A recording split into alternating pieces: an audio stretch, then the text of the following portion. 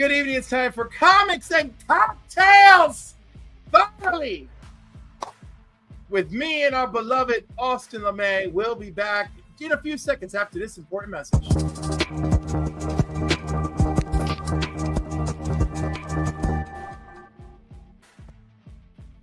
And I want to remind everyone, if you are interested in supporting the channel further, the link is down below for BCW. Order your supplies to protect, store, and display your comics. Use promo code CliffComics to get 10% off your orders. I know I do. I'll get my own 10% discount with my own code. I buy my BCW products, especially I want all these treasury size edition things. I need treasury size edition capability to take care of them. So BCW, go show your love and support. Also, shout out to all the channel members, which I do not have a new graphic for, so I'm gonna just have to do it. I'm just gonna have to just do it, the old way, the old-fashioned way. Just pull up the list and just start screaming out people's names, because that's how I feel. All right, Heroes for Hire Club, Matt, thank you. Pocan Joe Comics, John Mallow, Cat Fan Comics Man, Dungeon Crawler Kevin, Mama Bear Doll, Chucky Valdez, Gus Slots Easy Money, love you Gus. Kyle Rayner Reviews, that's right, he's trying to win this. He's trying to win this month's prize all the way down from Argentina. Ryan Riley, Pitima, who did win last month and did get a hold of me. Lisa Noble, John's Comics for Kids, Omnibo, Spidey's Powder Tumblers, Matt Likes Comics. This list won't stay where I want it to. Hold on a second. Big Lion Cat, Chris the Comic Vet, Couch and Slouch with C Bizzle, Papa Wheelie, Dr. Doom's Fan Club, Still Only 35C, Old Wolf 65, Mark Spector Comics, Rob's Fat Stacks of Comics, The Council of Comics, Anachronic Comics, Mad Spidey, DJ Lynx, Dr. Von Hoots, Comics from the Spiral Dimension. Thank you to all of you who are sponsoring the channel. And now that most of that is out of the way, look at this. Jay says Brooklyn is supporting the channel, which the money from this channel does go to support the local food bank, which supports my clients at my job. So thank you very much. I do very much appreciate it. Let's say good evening to the chat. John, good evening. Great duo. Yes, we are. We are. Indeed. It's two fantastic members of the community. Artist Austin is a fantastic artist. You are. Did you appreciate? I incorporated your art into the. I noticed. Well done. Thank you. I'm in there. I'm like in this and just and I'm like, yeah, in that. Quite the artist yourself. In that way, yes. I mean, Canva is very helpful. I will not lie. JSS, thank you. Oh, JSS deserves a special thank you. Let's get right to it. This one's for JSS.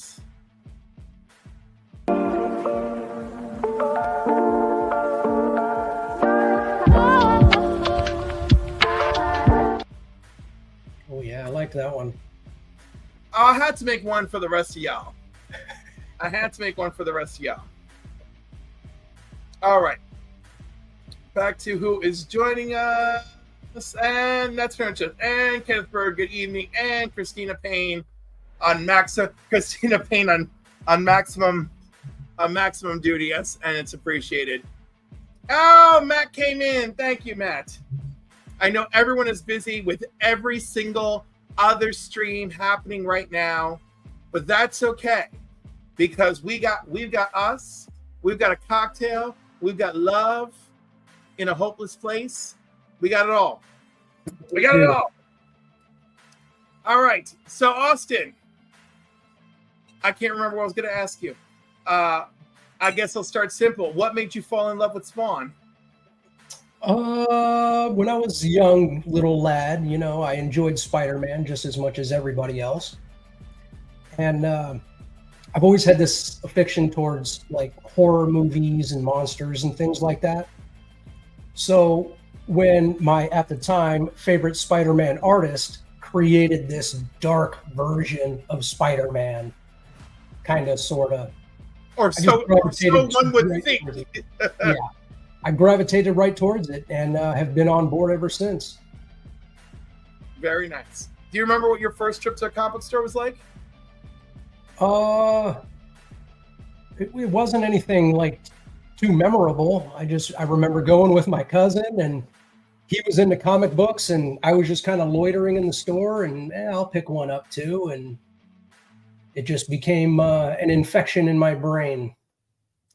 So my exposure to comics begins with flea markets, right? And there was a dude who had a bunch of stuff, but it's the flea market. And so it goes from buying them from like the comic. Oh, wait, that's not true. I'll tell you my first trip into a comic book store and my mind exploded. I'll tell you. I was buying Man of Steel off the rack and I could not get issue number 4, and issue number 4 never came. You know, the introduction of Lex Luthor. So, but I did have some other comics from the flea market, and like some of my older comics named all these comic stores, including a place in New Jersey. So my mom gets on the phone with information. Information does find this place called Heroes World. It's in Paramus, New Jersey. She calls them. They're like, yeah, we're in this mall, blah, blah, blah. Of course, my brother and sister are like, yay, we're going shopping because all the cool malls were there, right? And so we go there, and I'm just thrilled. And dude, I'm like, my mother's like, do not look at anything. Find that one comic book you want, and we are leaving this place. Oh, that's an impossibility. Right. And I was like, oh. But I found it. I went to the register. I looked at everything. I was amazed. I thought it was the greatest thing ever. And then we got the hell out of there. And there was even a cookie place in the mall, you know, and like cookie places in the mall was like a new thing. So that was really exciting. We're eating hot cookies in the car that were all over the place. Comics and cookies, huh? Well, you know damn well I did not touch my comic book while we were in that car eating cookies, you know? So that was really funny. But that was the first time I saw one. Then we had this place called the Baseball Card Shop. The woman who owned it, may she rest in peace, she closed it because she had cancer. It was very sad. But that was like her first place was very like tunnel-like, right? In this big strip mall. And so at this point, I had just been buying any old comic, new, old, and different, but I was following Man of Steel. And I remember she had Man of Steel in trade on the wall, and I did buy it there one time. I think it was only $7.95. You know, imagine buying a trade now for $7.95 without it being a sale. And I ran back to the back of the store, and this guy comes in. He's like, yeah, I'm new to comics, whatever. And she said something like, oh, no, back there is only for the professional collector. And my mom is at the front of the store dying, like, oh, my son is the professional collector. You know, so that was funny. And I remember getting Superman's pal, Jimmy Olsen, the Superman of Earth X, and it's Jimmy as a Superman Batman thing. And I remember buying that book from there. But that's enough about me, because I thought I was asking you questions. It's a good story to tell. Well, this is supposed to be conversational more than interviewee, right? All right, so obviously Todd McFarlane removed from this question, right? Are there any creators that you follow no matter what they're working on? One comes to mind, obviously no longer. But Michael Turner was, you know, always a big Michael Turner fan. His stuff is some of the first original artwork that I've ever purchased. But I'll tell you who I'm really, really digging for the last couple of years is Jorge Jimenez. His work on Batman is just absolutely incredible. I don't think I've seen a bad panel he's ever done. I've loved him. I love his Superman work. I loved everything he did during that era. So I agree with you on Jorge Jimenez 100%. Ooh.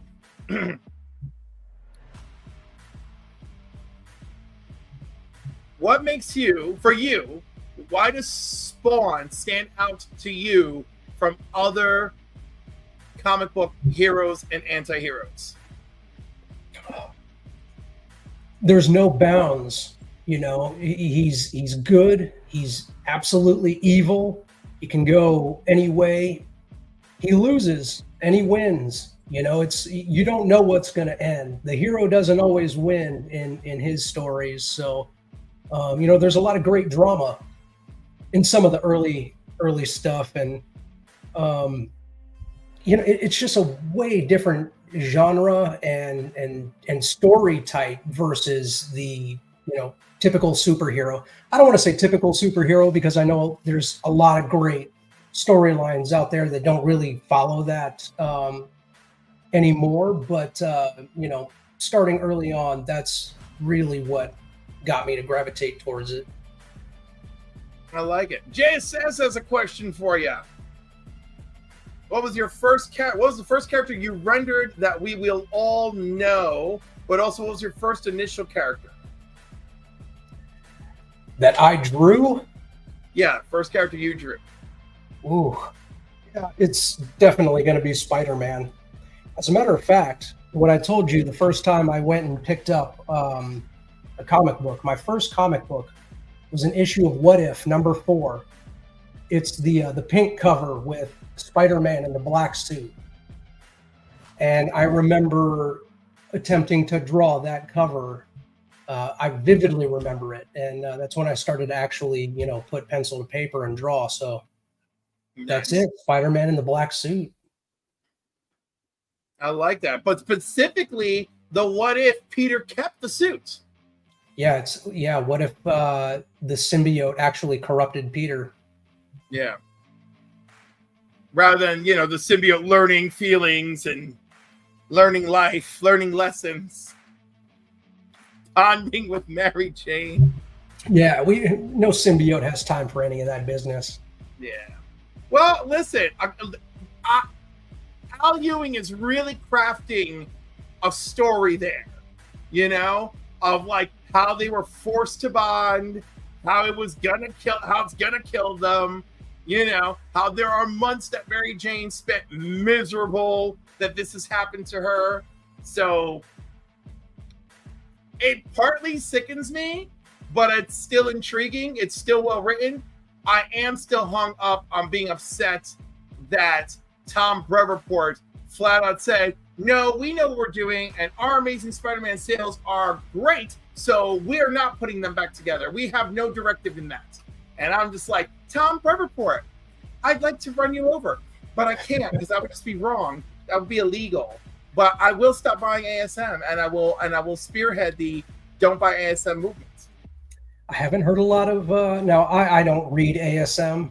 I haven't read it in years and years. Actually, I could say decades. But I haven't heard good things over the past year or two.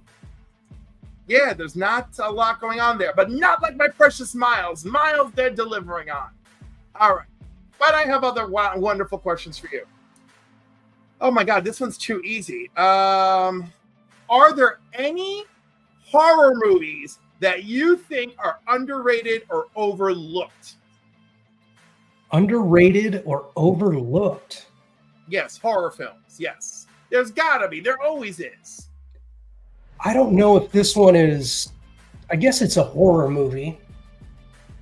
I'm going to go with Twilight Zone, the movie.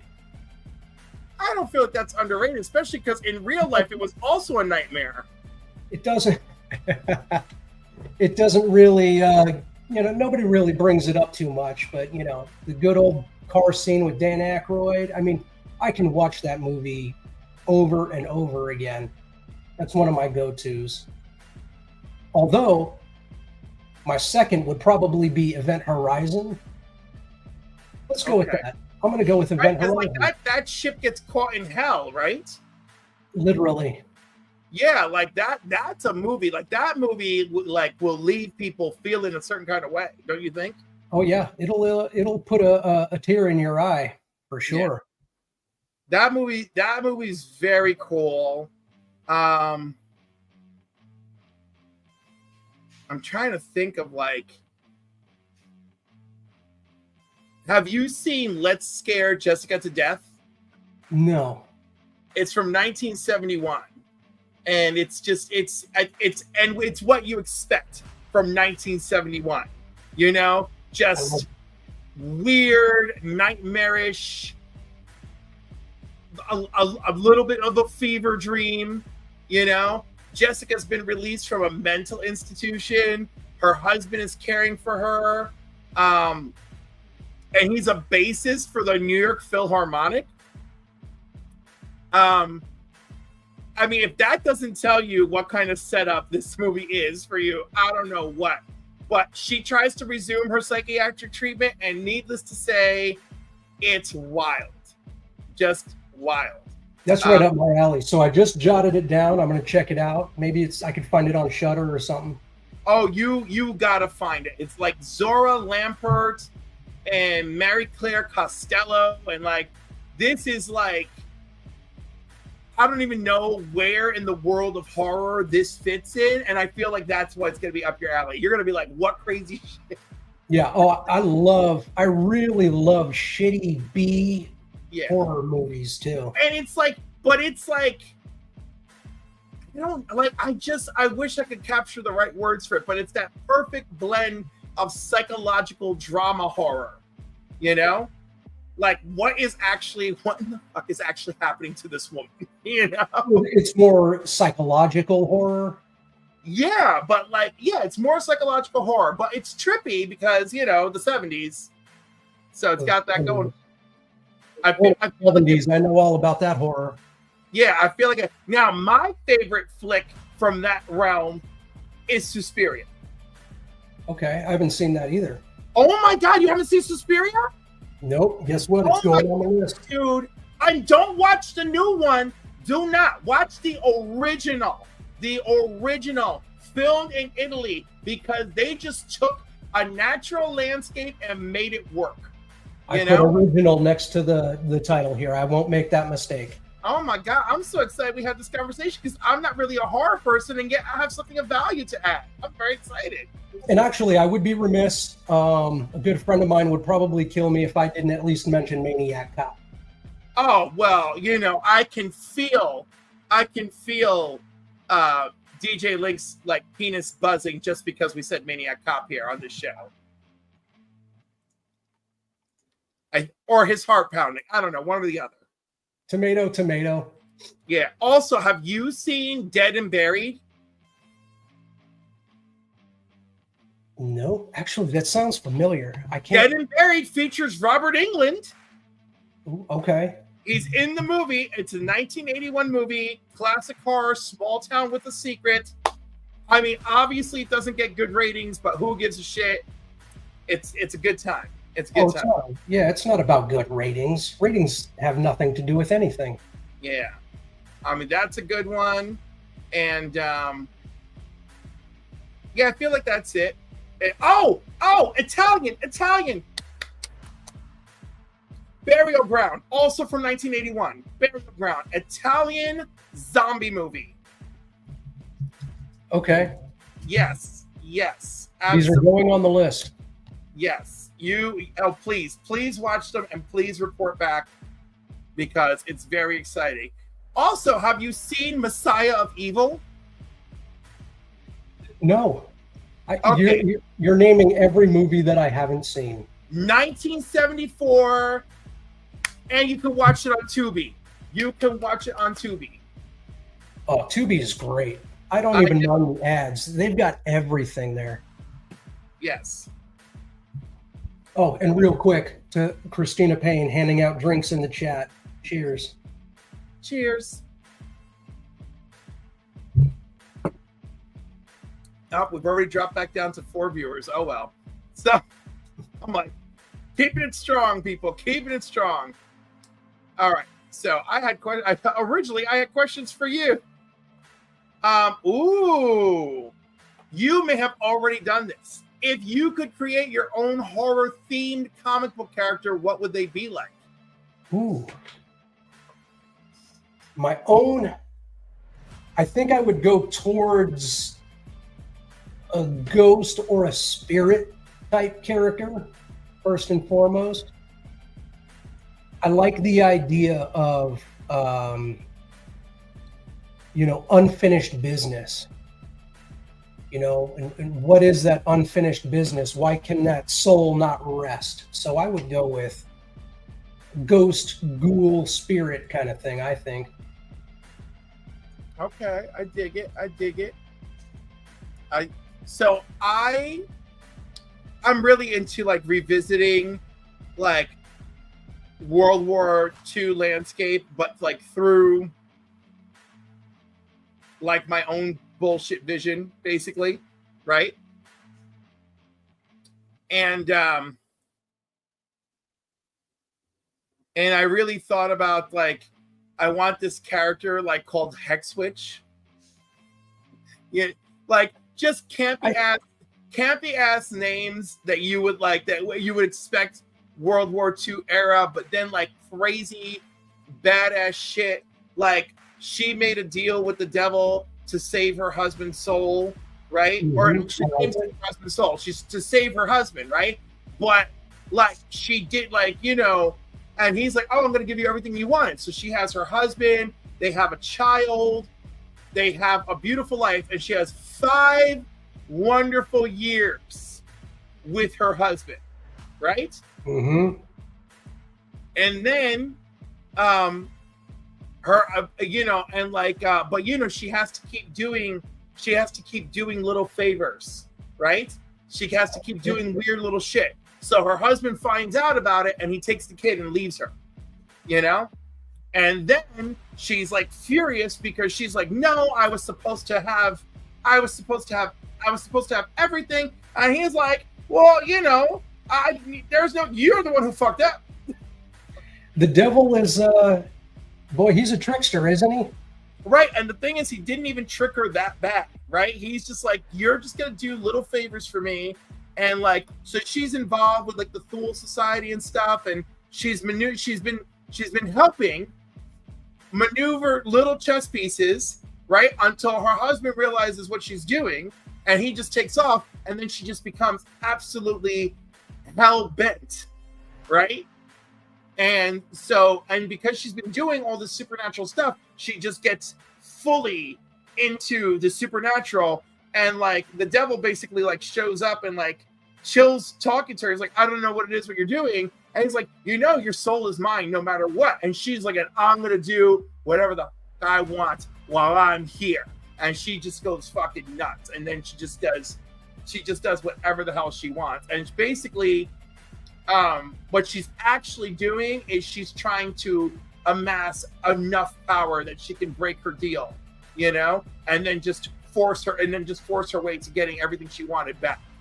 Well, that's the devil's greatest trick, right? He just sits back and watches you fuck up on your own. He doesn't need to interfere too much. Well, no, but here's the thing. Guess what she gets involved in? The search for the spear of Longinus. Of Longinus? Yeah, the guy that stabbed Jesus, you know. The spear of destiny.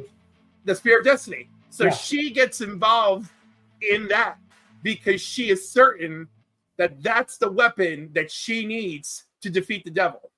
Okay, so she goes on this a whole warpath against him. No, yeah, she's on a warpath. So every time people encounter her, she's just more and more like every major encounter, like she's trying to be chill and do her research and pretend like nothing's going on. But every time there's an encounter and she becomes Hexwitch, right? It's just more insane, more dramatic. The transformation just gets more and more like hell-bent and fractured and demonish, you know? And like, so I love that. So like as people encounter her, they're like, oh, it's her, and like, oh, magic. And then like they're like, oh shit, she just whipped out 50 demons to start attacking us. Like they're like, oh shit. Like, and I imagine as she goes deeper down this quest, she grows further apart from her family, right? Well, no, she goes further apart from her humanity. Mm-hmm. You know, and it's like that's the that's really the trick. And of course, I have other magic users that are there, including public domain magic users, because I feel why not? This is fun, and there we have it. So like that was my idea, and again, I'm oversharing, so there we are. That's great. I love it. Oh, this is a fun one that I hate. If you were trapped in a horror movie universe, which one would you try to survive in? Which one would I try to survive in? Not which one do I think I can survive in. Right. Which one would you try to survive? I'm going to go with like any kind of genre. Yeah, well, no, okay. Like, I think I meant this question to be a universe. Like, do you think you would survive in Friday the 13th? Do you think you would survive in Halloween, in Nightmare on Elm Street? Like those universes, those movie universes. Which one do you think you would actually can like try and make it out, try and make it through? I don't know if I'll actually make it. But I wouldn't mind playing around with the old Nightmare on Elm Street thing, the whole go through insomnia, try to stay awake, battle within dreams. I think I can, I'll last at least a couple nights, I think. You're like, that's how I want to go down, that way. Yeah, why not? And then, in the end, if I lose, technically I die in my sleep, which is pretty much what everybody wants anyway. I mean, if we want to, like, I want it to be peaceful. I don't want it to be Freddy fucking around and just clawing me up. Yeah, you're diving too deep in the details, Cliff. No, I'm big on the details. By the way, let me. Someone asked, "What are we drinking?" Oh, Christina found it. Oh, never mind. By the way, Christina, Austin did at one point hit 200, and then they just ripped the members away from him because it didn't make sense. Yeah, that sounds about right. Right? I don't deserve 200. So in the description of tonight's show, by the way, is the cocktail. It's the Hellspawn Old Fashioned with bourbon and Luxardo cherry and bitters and chocolate bitters and whatever the hell. I don't know, because mine got messy and I just gave up. Well, I'll tell you this. Now, typically I just drink whiskey neat. But I haven't had a good old fashioned in quite some time. So you kind of got me back on the old fashioned train, and I'm really enjoying this drink. It's really good.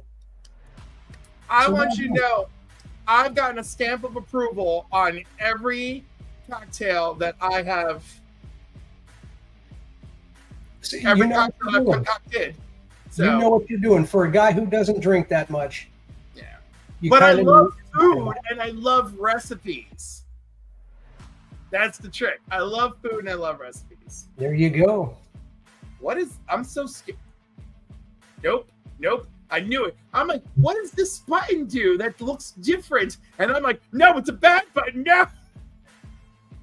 Careful with, you can't just go pressing any random button. Yeah, I know. I was like, I appreciate StreamYard making attempts to change things up because, the stuff. And, but also here we are. By the way, what a week. I love that I'm ending the week with comics and cocktails, and yet my week has been filled with talking to friends about going to an Al-Anon meeting together. So we can talk about. I'm like, this week is all over the place. All over. I do want to shout out and say hello to Actual Dracula. I enjoyed his episode of Comics and Cocktails. Right? That was a great episode. Oh, yeah. That was a great episode. He's got some good books. He is. And hopefully I see him next weekend. What's the worst that could happen? I don't know, Drac. There's one button that I haven't had pushed in such a long time. I forgot what it does. Maybe you can help me with it. So maybe next weekend. Maybe next weekend. Maybe on Main Street. So, Drac, keep an eye out for Cliff's buttons. I know he wants the round the world hug first and foremost. That's what he wants. Oh, wait a second. Dracula is only 4 away. What? Oh my God. Let's go investigate his channel right now. That's an absolute crime. He should be at 1,000 easily. Right? At easily. I don't know I feel like there's certain people that we all see and know and love, but like it does not translate to their channel. You know what I mean? Yep, absolutely. I can also do with a little more blood and ink too. Mr. Drac. These things, they're about timing and preparation. And, it's a whole affair. It's a whole affair. It really is. It really is. I went to the wrong freaking page for Dracula. What am I doing here? Refresh. Also, one more reason you shouldn't be doing things tipsy, I suppose. I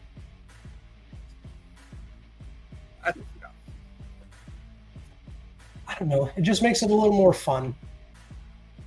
For me, and then I rewatch it and go, oh no, what have we done? Oh, that's all part of the fun. Yeah, so there it is. Like, casual Dracula. I love casual Dracula. There's some casual Dracula, or casual Dracula. Oh my God, I am enjoying that pink hoodie. I am enjoying it. I am.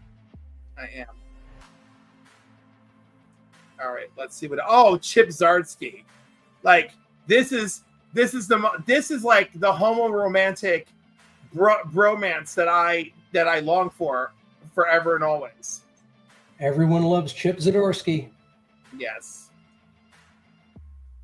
Cult of Dracula with writer Rich Davis. Ooh, that's 4 years ago. Oh my goodness. But yeah, there's all sorts of stuff. We should love his channel. Everyone, go love his channel. Get him to 600. That's what we need. I don't know where I am right now in the universe. Let's find out. So my next question for you, while I'm trying to manage dual screens, and let me tell you how tempted I am to move up to 3 screens. I am so tempted. I've got 4. You do have 4. Well, you're a coder, aren't you? Are all four landscape or so? Nope. I got a vertical one right here, which is where I code. I knew it. I could feel it. Yep, you called me out on that one. Yep.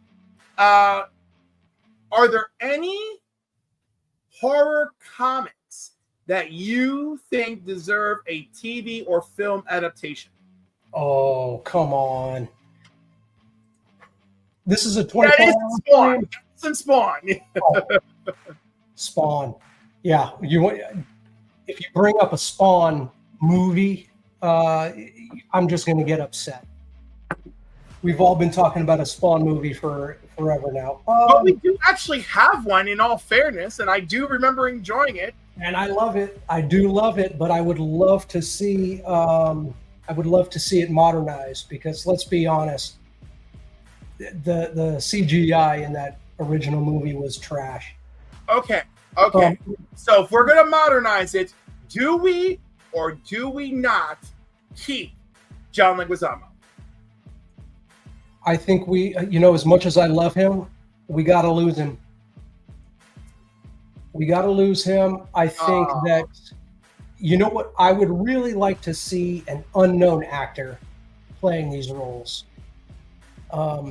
Because when I see known actors, I kind of gravitate towards them acting in other films, and then, I get that in my head. I feel like John Leguizamo is uniquely the Violator in that movie. I feel like we don't have to think about it being him. He was great, but I think if we did modernize the movie, and I know we got off track, and I'm going to jump back onto the actual question at hand, but if we brought that back, I think he's a comedian at heart.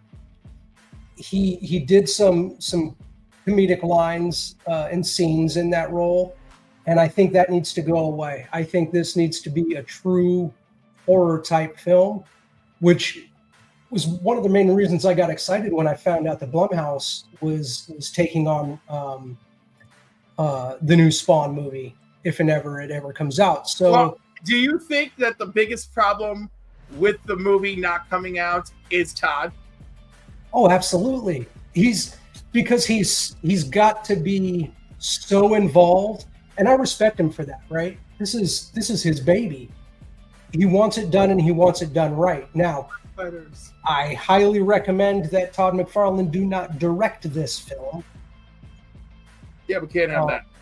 I think he needs to have, his creative control, but at the same time, he needs to allow people to step in and do what they do best, and if that means bringing on some additional writers, I think he needs to allow that, but he's probably not doing that.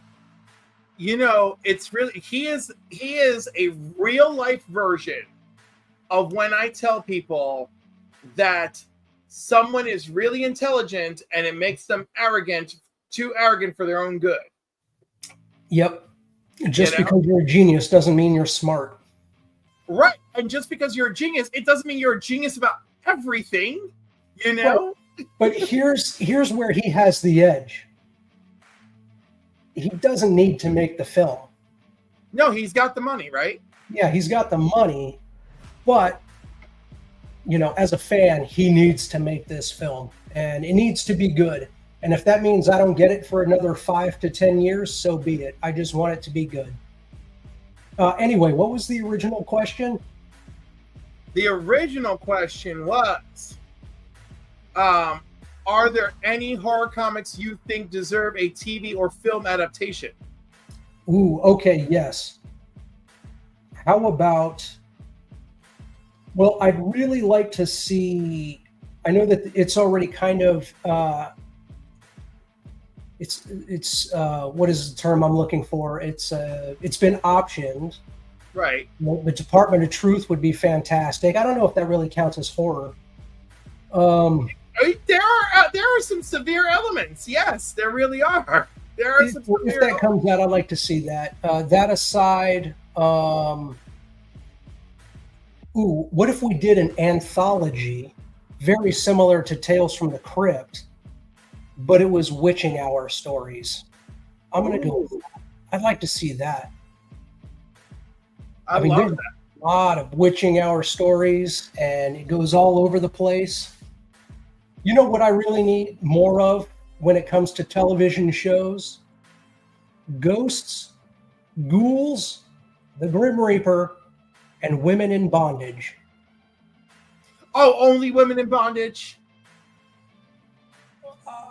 All right, we'll save the male bondage for the season finales of each season. I don't know. I feel like American Horror Story does a wonderful job of giving us male and female. You know what?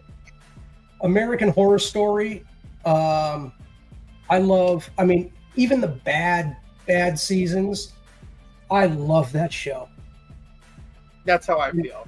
That show actually made me a big fan of Lady Gaga as an actress. Right?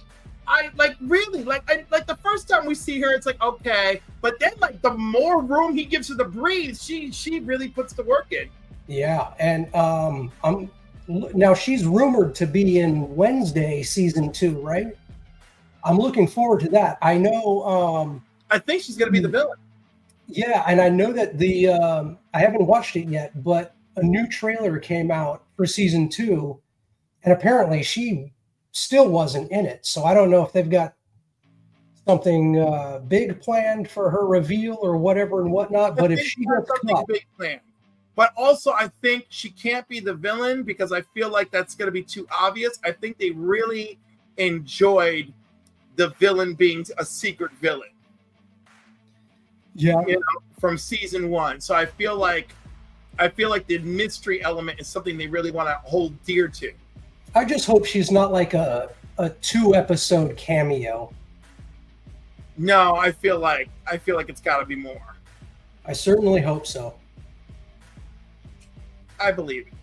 But yeah, you know what? Let me reverse the question back to you. If there was a horror comic to become a film or TV show adaptation, what's on your list? See, someone in the chat already said Ice Cream Man, and I feel like that's a perfect book to make a Tales of the Crypt style TV series. Yeah. Right? Yep. But that's the anthology lover in me. As far as I want to take this book and have a real horror theatrical adventure.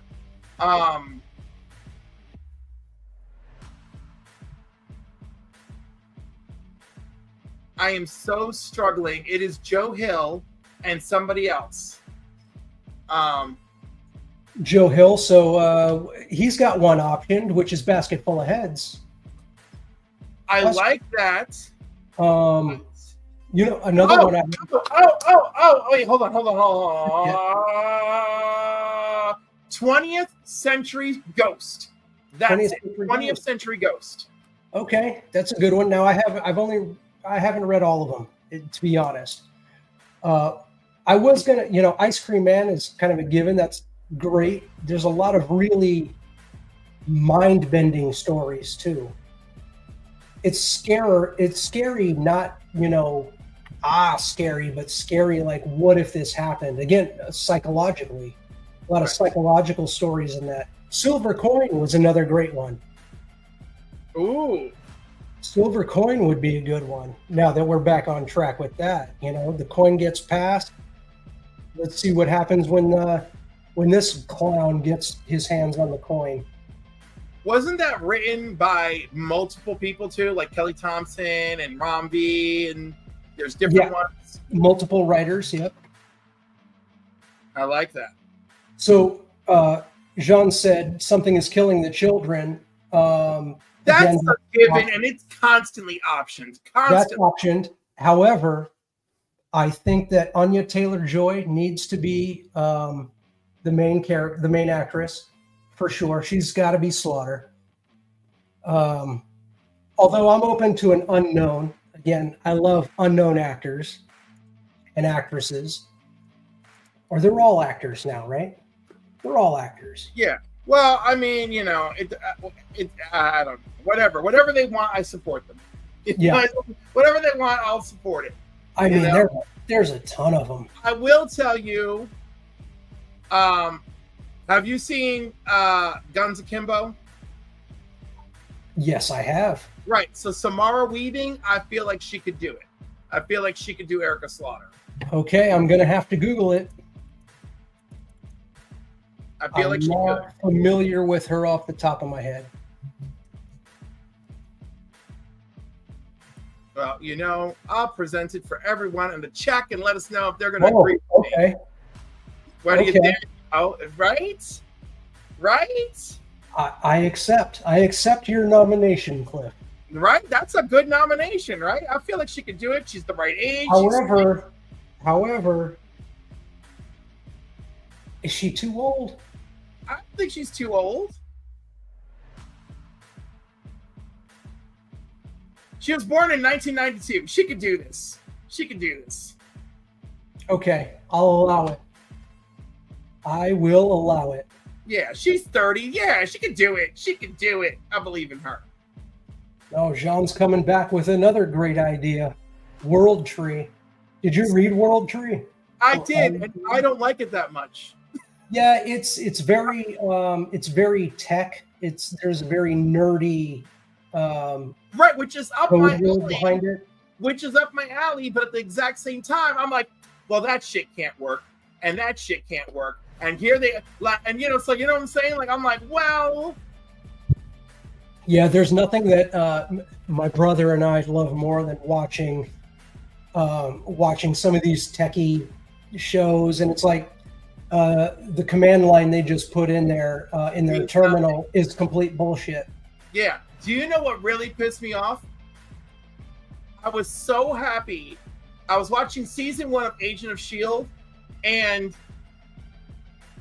Skye, right? She uses the old technology of the Howling Commandos because she's like, yeah, well, no one can trace these signals because like their radio signal. And she's right. It's actually accurate. What she does is accurate. And I'm like, oh my God, I love this. This makes perfect sense. It's great, right? And then they have the other two super science buttholes go, we can't let this device get into the wrong hands. And it's a freaking like old ass ISA board fucking card that, you know what I'm talking about? Like it's something that used to be a 1200 baud modem, right? That they try to make look fancy. And I was like, this is garbage. You just shattered everything. Yeah, it's kind of like was it? What was the movie where the communicator was like a shaver? Yeah. You know what I'm talking about? But you know what? In all fairness, because there is no more Radio Shack, these parts may not be obtainable anymore. So I'm Yeah. going to give it to them. Yeah, it's harder and harder, you know. But I'm pretty sure Radio Shack, you can still order from Radio Shack. Can you? Yeah. Like, Oh, name it. I imagine they still had a huge warehouse somewhere. They still have inventory to get rid of. Yeah, massive inventory. So, because every time I'm like, oh, I wonder if there's an adapter for that. I'm like, Radio Shack still exists on the internet. Yes. I did not know that. I'm like, I got a braided male-to-male USB to car stereo. I'm like, yeah, Radio Shack, you're my number one. How am I going to connect my zip drive to this mainframe? Yeah, exactly. Who remembers zip drive? I love the zip drive. I still have the zip drive. You know what? My 100 megabyte disk. Oh, I splurged. I have the 250. The 250. Oh yeah, I've got several of them. Yeah. Which was very easy to do because I was going to college at the time. And oh yeah, just put this on my account. Yeah. Do you remember when you could actually daisy chain all of your USB devices? Absolutely. And then they were like, oh no, this is too convenient. Screw people. I remember when the floppy drive went to the hard disk. Yeah. And that was a big deal. But I love my very first 4 USB devices all plugged into one another and worked, you know? And then all of a sudden I was like, what the hell happened? And like, you could literally, USB is capable of doing it. You can't, but you know how they're real motherfuckers out there, because I'm looking at the time to make sure we're well into the show. They're real motherfuckers out there, because if you want like higher end equipment that does that, you pay higher end prices too. Yep, that's the way the industry works. Look at Bleecker. You're awesome. And of course, we're talking about daisy chains. Yeah, Bleecker. You know, it's funny. We are talking about daisy chains and plugging stuff into each other, but I'm keeping it about the electronics. I'm very proud of my drunk ass.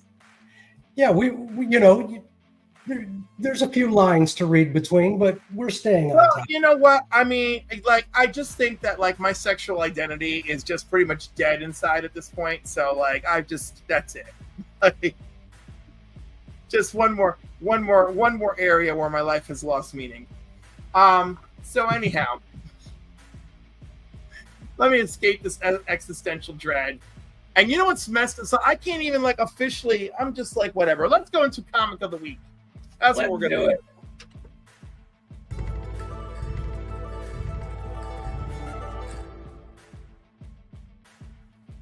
So I'm going to pick a book from last week.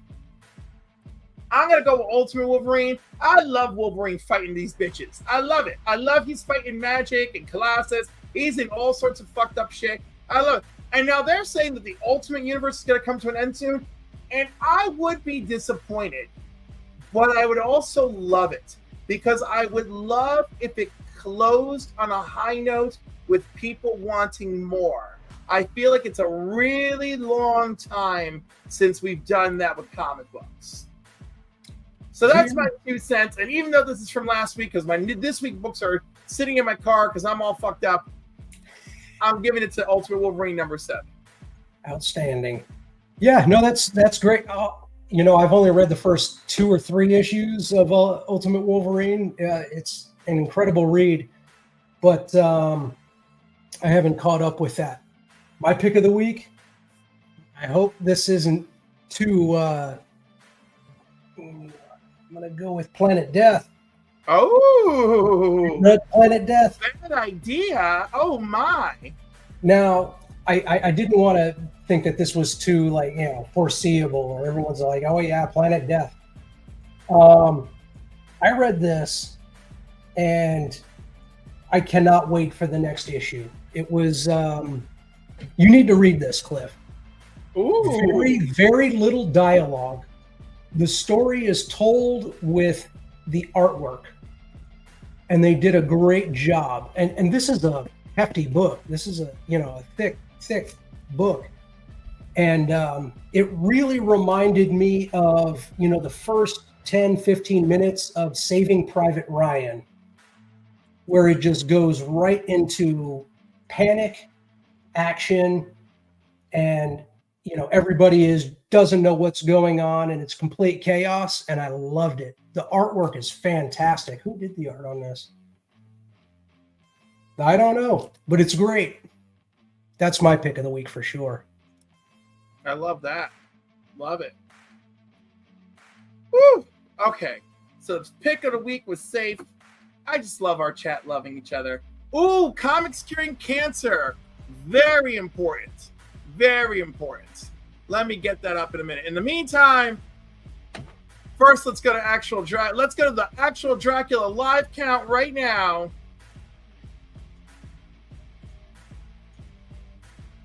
Drac appears to be at 601. Congratulations. Congratulations. Yep. All right. Now, I was going on. Comics Curing Cancer, the American Cancer Society official campaign.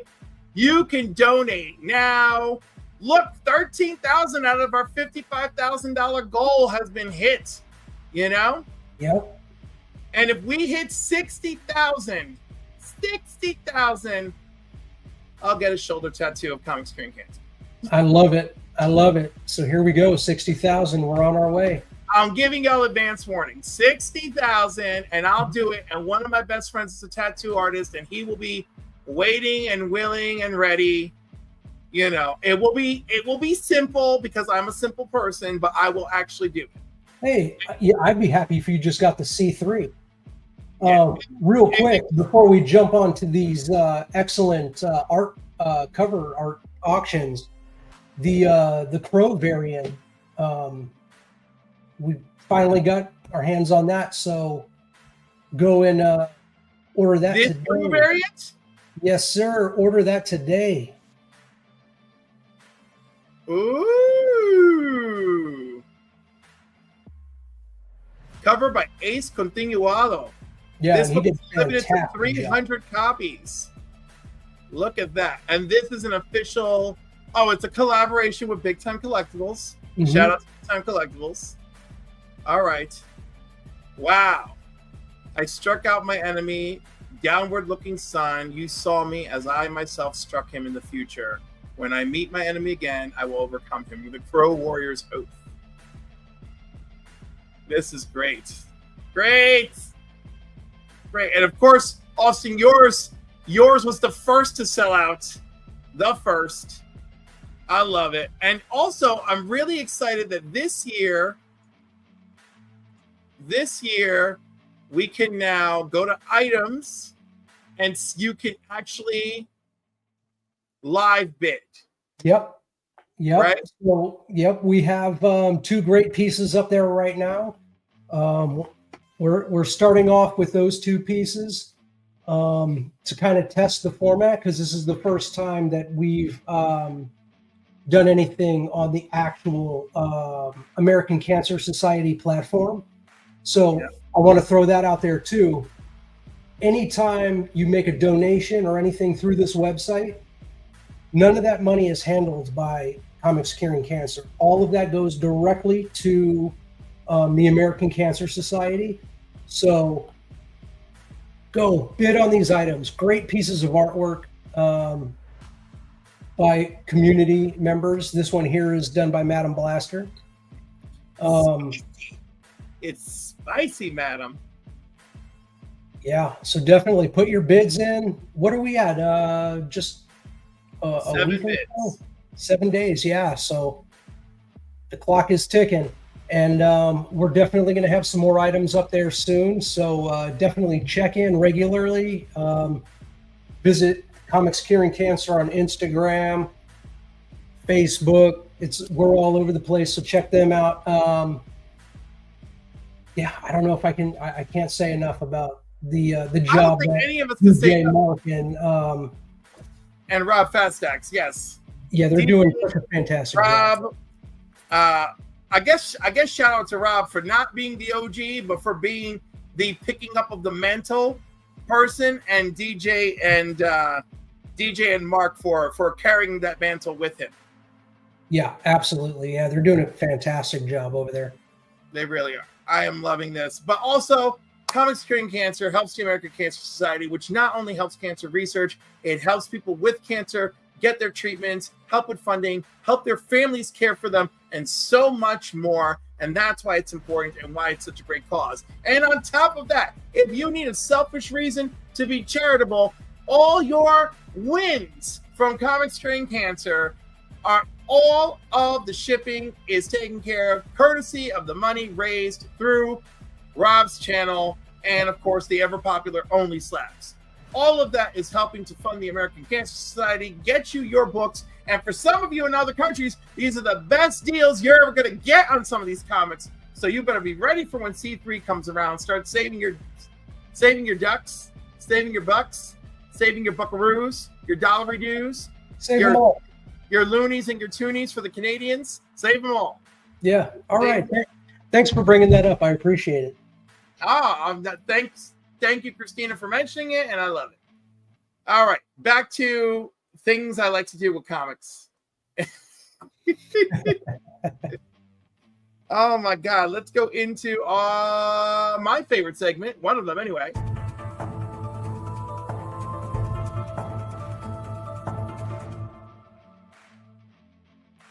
So for my Bussy Buster, I'm going to go with Spider-Woman number 20. The first time in continuity that Spider-Man and Spider-Woman actually meet. Very nice. And I had this on my alerts, and it went off, and I got a reasonable price on a fine plus condition copy. And I jumped on it. And I got it, along with some others. But I jumped on it. So that's my Bussy Buster for this week. Very nice. I'm going to go a little bit bigger. I'm going to derail just a little bit. Yeah. Are you gonna show me just how much bigger you can get it? Perhaps. I'm going to go with Amazing Fantasy 15. However, I'm going to go with the Russian version. Oh, nice. Yeah. Did someone have to smuggle it to you? Because I feel like they did.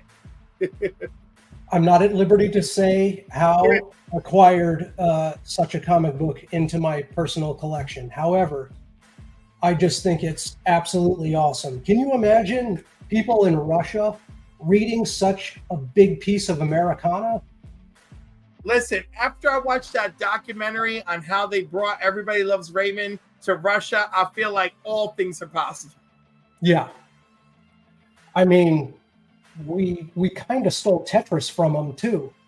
But that's... I mean... We things don't... happen. But come on. Amazing Fantasy 15 in Russian. Amazing. It is amazing. Why not?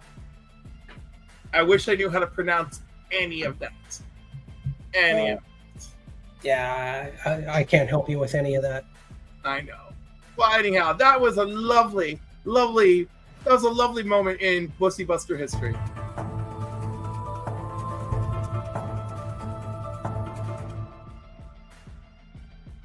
All right. Are you ready for my next favorite segment? Let's do it.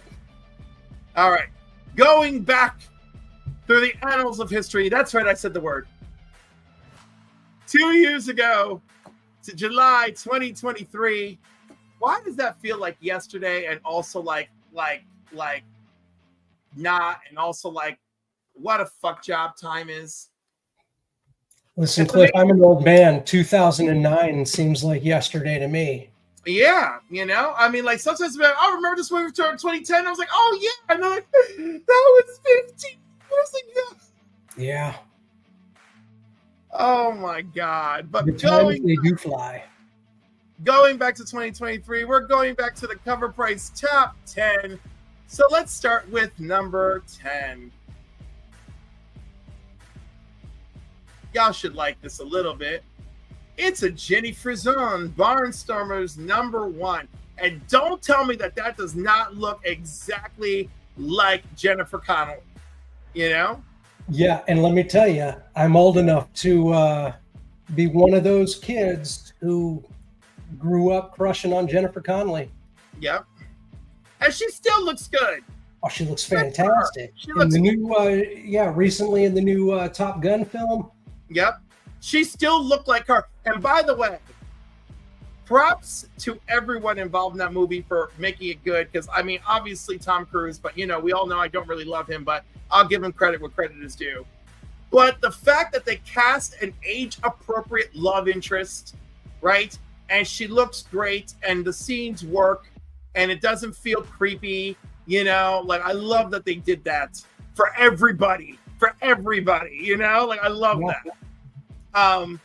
And she knows how to hold her own wherever she goes, and so I thought like she was definitely the right go-to person for this. Yeah, no, I absolutely agree.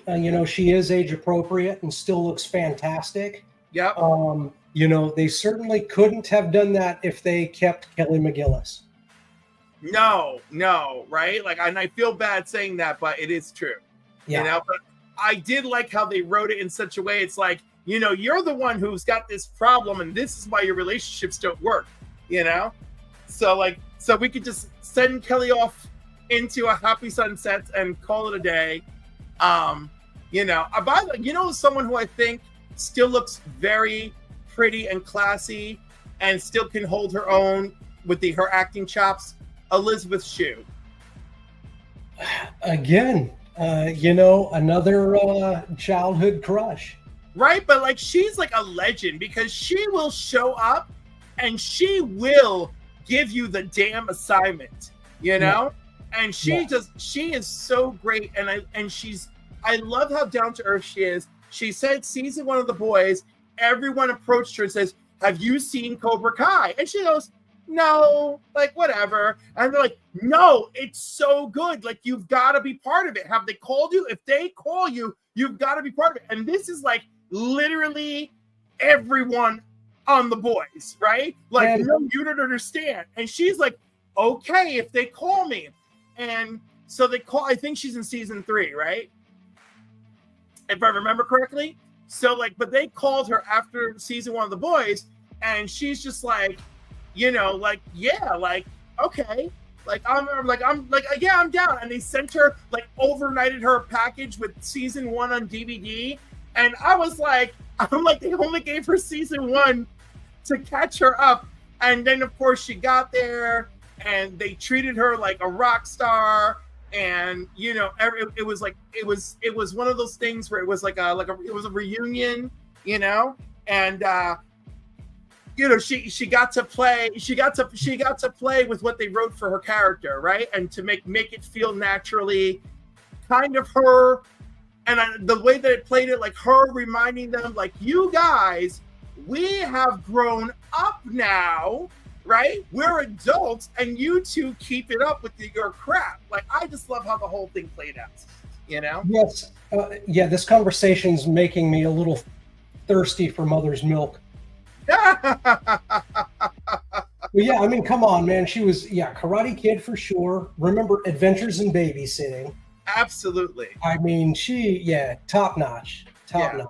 But I love that she's aged gracefully and can still act her chops off. You could still throw shit at her, and she's like, all right.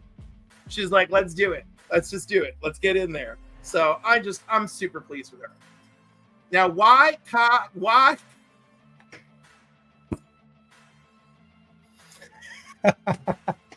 Oh, Mark. Why is Mark even talking about comic spec from Austin? I do not understand. I know. The second you try to understand anything Mark has to say in the chat, he'll just change it. You're on the wrong path. Yeah. So, maybe because he thinks that what we're doing is like a comic spec, and that's not the nature of Rate It or Hate It. The nature of Rate It or Hate It is, do we hate it and this is just BS and why was it ever on a top 10? Or do we, do we hate it and like skip it, or do we rate it because it really has some level of value, right? And then my 5-star system is the value system. 1 is where you're at, where like... you know what? I'm going to rate it. All right. I'm going to rate it. Remember, it's 1 to 5. 5 is like, it's like, it should be a must-have for all collectors. just so you know. And like 3 is like solid, and you would love one for yourself kind of thing. I'm going to do this. I'm going to say 3.5 out of 5. Okay. Because this is semi-early Jenny Frizen. And this is when, she became a household name. She was starting to get out there, a little more covers and covers. I'm going to go 3.5. I love this cover. I am going to say that I completely agree with you, and I will even go as far as giving it a 4. And it is a beautiful cover. Beautiful. All right, next up, and oh my God, do I have feelings. My Little Pony 14, the Justa Suta retailer incentive variant, blah, blah, blah. Oh, I'm nauseous already. 1 in 10 from IDW. My Little Pony originated. Yeah. This fan base grew quickly, blah, blah, blah. Introduced the Violet Rainbow. This 1 in 10 variant frequently was selling for 40. Okay, whatever. Rate it or hate it, sir. I'm gonna go hate it. I'm gonna join you. You could tell just from me reading the description of like, this is a whole lot of nonsense. And this is the other thing I hate about these descriptions, right? Like, My Little Pony has a big fan base. The introduction of the Violet Rainbow. Okay, like that is like the smallest fraction, Well, I'm not a My Little Pony fan. Right, which is fair. Neither am I. Yeah, I'm familiar with, some of these issues coming out. And there have been much better covers than what we're looking at right here. Exactly. Why do I need this 1 in 10? Yeah, this ain't the one to represent the franchise, especially with it's only a 1 in 10, but it's still, a ratio variant. This ain't the cover. I'm going to go with, pass on this one. And I'm just going to agree with you because I feel like it's right. Next up, Hulk Annual #1, the A cover by Gary Frank. And I love Gary Frank, so my bias is showing. Rate it or hate it? I'm going to go rate it. I'm going to say this one is actually a 4. Ooh. The one thing that I hate more than anything is a Hulk cover that doesn't show his pain or anger. And I think this cover definitely does that. It definitely shows that. Yeah, I'm going 4 on this cover. I'm going to go 4 as well. I love the cover. I like that it was a one-shot. I like how it set things up for that Hulk run. I'm pretty sure I like that Hulk run. I hope I'm remembering this correctly. I'm just hoping I remember it correctly. But 4 feels absolutely right. And that Gary Frank cover is beautiful. And you're right. It captures his anger and or his pain. And that's always beautiful. Yep. I mean, honestly, every Hulk cover should be an action cover or a just... Absolutely. Or the face. Like, that's it. There should be nothing else. Oh! Do you love a Raging Cajun? Maybe. All right, next up is these maybe first appearance of Gambit. The Uncanny X-Men 266. All right, second appearance, first cover appearance, though. Yeah, first cover appearance, second appearance, first appearance in the timeline, second appearance in real life. All jokes aside, I still think that this is a pretty good cover. It's burned into my psyche. I know this cover. I'm going to go 3.5, mostly on nostalgia and knowing who the character became. So yeah, there we go. I'm going to rate it 3.5. I'm right there with you. And I'm going to go a full 4 again. Okay. But the main reason I'm going for a full 4 is because whichever way you go with it, this is X-Men history, period. Agreed. Right? And although not everyone needs to own this, it is a noteworthy book to have in your collection. Yep. I've got one. And I do want to go on record and say this. I do not believe that Channing Tatum is the correct actor to portray this character. And yet he's very charming in this in a very he's charming in this damn role, is all I can say. He is charming. He just doesn't represent the character the way I imagined him when I read, these early X-Men books growing up. And I only think he will stick around as Gambit long enough until we just meet the official X-Men. Yep. You know what I mean? But I'm happy to have him for the ride. If he's here to usher out the X-Men era that we already know, I'm happy to have him for the ride. But when the new X-Men era arrives, yes, I'm looking forward to somebody else's Gambit. Yeah, I enjoyed his gimmick in the Deadpool movie, and ha ha ha. We all heard. Dude, I gotta tell you, all of his stunts and all the training he did for it is so fucking admirable. Like, he was definitely dedicated. That's for sure. He was, like, I gotta tell you, that level of dedication. Watching the footage of his training to do that scene and then rewatching that scene was so impressive that I'm happy to have him as my bootleg Gambit. You know what I mean? Yeah.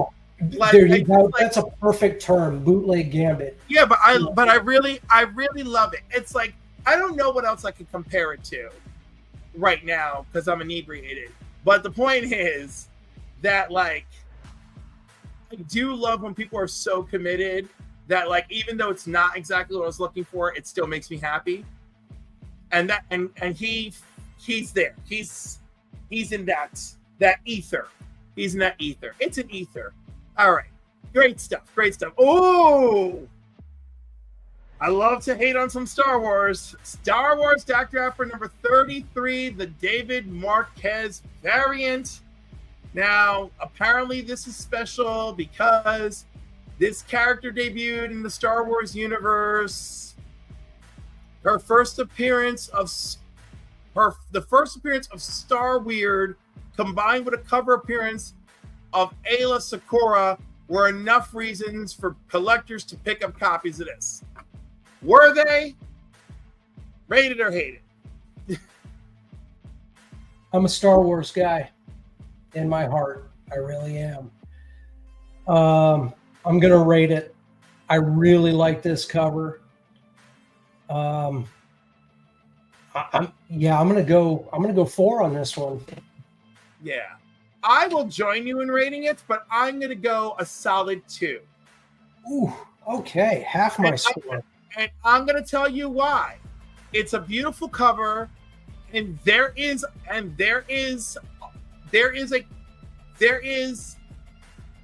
community for this, right? But it is not far and wide. It's more niche with inside a niche, if that makes any sense. It is, yeah. No, I get it. And that's why when it comes to Star Wars, I either give it nothing. But this time I'll give it to you. I won't go nothing. I love the cover. The cover is noteworthy.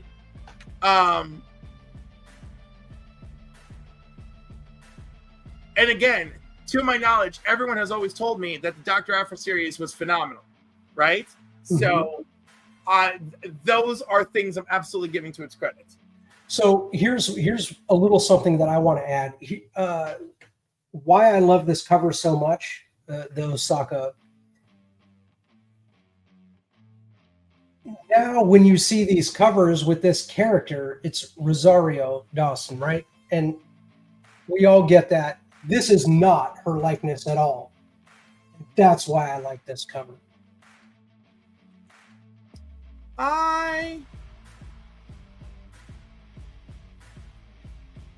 But this is not Rosario Dawson's character, right? Is that not? No, this is supposed to be Ayla Sakura. Okay, fair enough. I like it even more. What did I say? What was my rate before? It was a 4 before. It was 4.5. I like it even more now. Right. No, but the funny thing is, like, a lot of people have an Ahsoka assumption when they see this. You know? That was my first assumption. I'm not. Yeah, no. No. Yeah, no.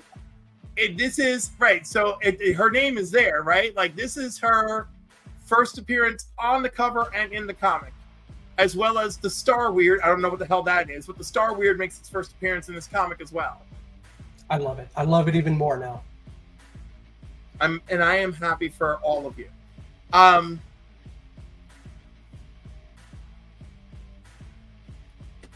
Cliff, but I'm embarrassed to say that I finished my drink, so I'm gonna have to pour myself another. Yeah, this was my third and my last, because I had to experiment, then I had to enjoy it, then I had to make one. Huh? You were tailgating early. Yeah, I was tailgating, and all these people were summoning me to their streams, and I was like, number one, do y'all not already know how many other people are streaming right now? That's the first thing. I was like, and then like number two, do y'all just think that like, do I never do anything on my channel? You're in high demand, Cliff. And I love that. I really do. But at the same time, it's like, do y'all think that I don't do anything on my channel? You may not have wished for stardom, but you got it. So now you have to deal with it. No, it's lovely. Some days I do wish that I actually paid some bills, but we do what we must. But number 6, great cover. Love it. It is a great cover, but all happiness is fleeting, which brings us, and still Deadpool movie related, brings us to number 5, Elektra the movie #1 adaptation. Obviously this requires no further explanation. We all know she showed up in Deadpool. She's another woman who I feel has aged like a fine wine, and also committed to her stunt work in that film. Do we rate it or hate it? I'm gonna rate it. This cover kind of makes me want to sign up for a Capital One card. I'm gonna go with 2.5, only because I know that this is it's photoshopped from true photography. Mm-hmm. So I'm gonna go 2.5. Still a great cover. I am going to join you in rating it. I'm going to go with 3. Mostly because I still love her. And hold on.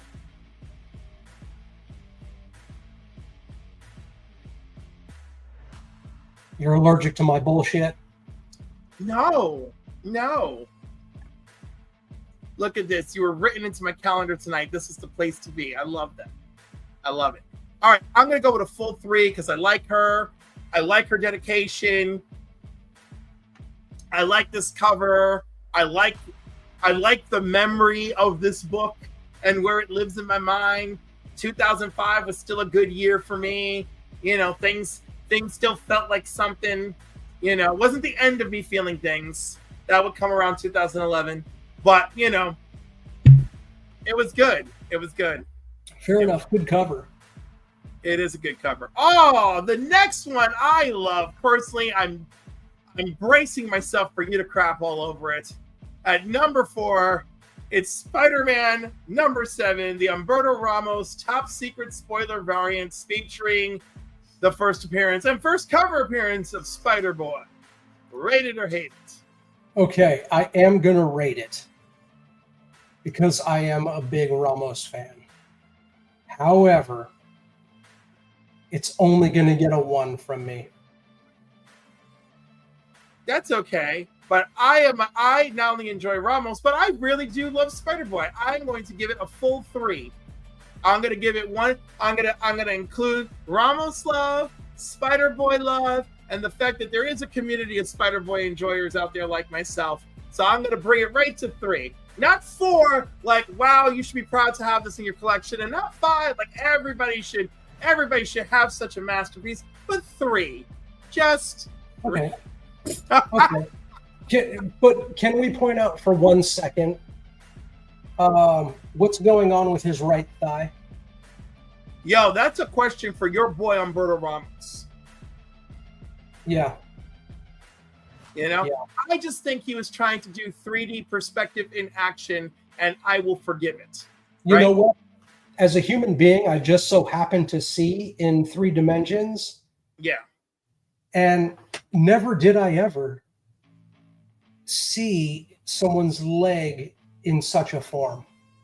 Right, but it's the idea of trying, and you know this as an artist. Why am I telling you that trying to bring a 3D concept to life on a two-dimensional surface is really fucking tricky, and you absolutely know this.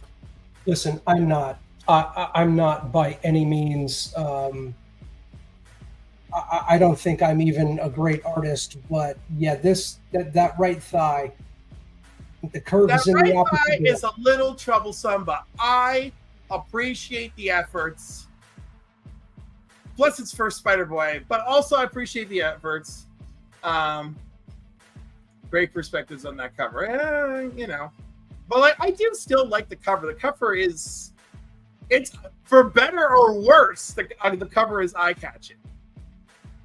But it did its job. I can't defend everything. Ooh, you're gonna like the next one. X-Men Annual 14. Is it the true first appearance of Gambit? Technically, it is. Everybody, do we rate it or hate it? I'm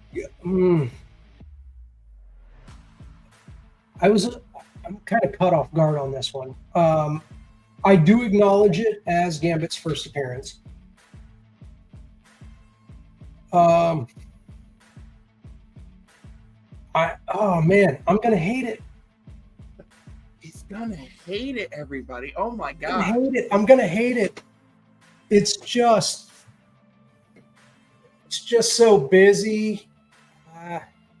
Okay, first of all right, so I guess we're gonna do a division here. I will rate it. I'm going to give it a 3. I enjoy this story. I'm not afraid of a busy cover. I love that it's Arthur Adams. It's Arthur Adams' goodness, right? I enjoy the whole storyline and everything. And there's Kirby Crackle on the cover. So bonus points for Kirby Crackle action. I wish more would come from this cover. I could almost understand it. Like, I can understand it. Like, they're all making their move and doing their thing, you know? Yeah, there's a lot going on. Appearance is Hulk 180 Wolverine's first appearance. Hulk 180 is absolutely Wolverine's first appearance. The motherfucker is leaping into battle on the last page. You get it. And Amazing Spider-Man 299 is Venom's first appearance. Let's stop pretending. I agree. I agree with both of those statements. Absolutely. Yeah. Always bonus points for Kirby Crackle. Thank you, Nate. Thank you. And shout out to Bunkmaster B. And I'm switching my gun. Hate it. No, you can hate it all you want, and I appreciate it. But, I love the effort in the cover, and I feel modern comics are very much not doing that. You know? I'm also a very minimal artist. Less is more in my eyes. But I feel like it's comic books. It can't always be minimal. You need always be minimal. No, you're absolutely right there. But at the same time, it can't be an eyesore. Yeah, I don't think of it as an eyesore. I mean, I've never been a fan of what's his face there, Ahab. Like, his look has never done it for me. But speaking of a look that has done it for me, let's travel to the year 1992 and have a look at the year 2099. Spider-Man 2099, number 1. It needs no introduction. Rate it or hate it. I'm going to rate it. You ready for this? Yes. 5. I'm going to give it a 5 too. 5. And you know what? This book, now I own this book in a 9.8 now, but I bought this book off the shelf when it first came out. And there I was, bagging and boarding my comics for the week. And I got a gnarly tape pull and pulled the foil right off the top of this book. Broke my heart. But come on. When it comes to the 2099 universe, 5. This is it. This is a 5. We're all giving it 5s. I love that. Actually, you know what? I'm going to change. You're going to give it a 10 out of 5? I'm going to go 10. Yeah, let's go 10. 10 out of 5. 10 out of 5. I love that. I love it. That was like me coming out of Superman. How was it? It's an 11. It's an 11. Are you sure you're not a little delusional? I'm like, I kind of am. Come back. Come talk to me later.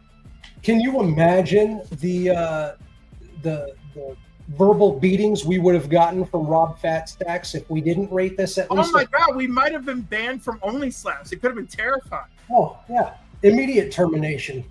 You know, termination is like, oh, we don't need you for Comic Street Cancer anymore, Austin. Like, oh, man, this has been a great list. I can't wait to see what number 1 is. Oh, number one is extremely disappointing. Oh. Let me read up on number 1.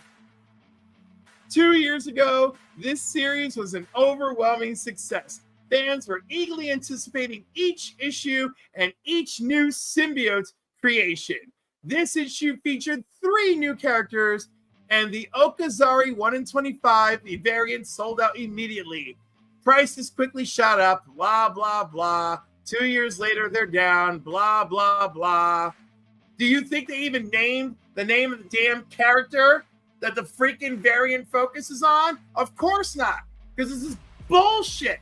Because that's what I hate about the speculation collecting. You're collecting because you love comics. You spec because you want to make some money, and I do respect that. But for God's sakes, cover price. Put some fucking detail into it. And this is why Izzy's making videos, because Izzy actually gives you some freaking real details. Shout out to Izzyverse NYC, and thank you for being a contributor to Cover Price. And your videos do make these things much more palatable. Bravo, dear sir. Bravo. Now, with that said, it's number 1, Extreme Venomverse, number 4, the 1 in 25, rated or hated. I'm going to say something borderline unforgivable. Oh, I don't know. You might be with me. Go for it. I'm going to hate it. I hate it too. However, had this same design and layout been done by Scotty Young, because he would have put a little more flair and depth into it, I might have rated it, but I'm familiar with this cover. Not a fan. I'm going to go hate it. Now, I hate it because this was a whole lot of hype for a whole lot of nothing. Right? They don't even bother in Cover Price's description. At no point do they even bother to name the character on the cover. Right? But I'm sure back when they originally made this list, you know, they had a name, Manga Venom. Like, is it? I don't even know what her name is. Look at this. The design and layout by Jang would have been lit AF. Lit as fuck. It would have, probably. But anyhow, I hate it with you because, I just, again, like, maybe this is for somebody. Maybe this could be a 1. But ultimately, I can't think of anyone that this is actually for. And I'm sad to say that. Yeah. No, I agree with you 100%. But when I go through these lists and with people and I say, let's play Rated or Hate It, I really want to know. I really want us to take it as a community. Like, what is the stuff that really has meaning? You know, and also another thing that I don't like about all these lists, because they're so speculation based, rarely do we see things appear because people love the story. You know, when Avengers Twilight was actually hitting on these top 10s, I was really fucking excited because that's a really good fucking story. You know? Yeah. Here's another thing too. I can certainly see if they use that cover as an angle to bring in younger audiences into the title, or, you know, even bringing in young girls into the title. However, if that was the intent, it wouldn't be on a 1 in 25. Exactly. No new reader or new collector or somebody just, you know, admiring the eye candy and pulling it off the shelf is going to pull such a high ratio variant. And I am completely in agreement with you. But as you know, we're approaching the end of our evening. And once again, it's all about you as you bring us your 5-finger shuffle.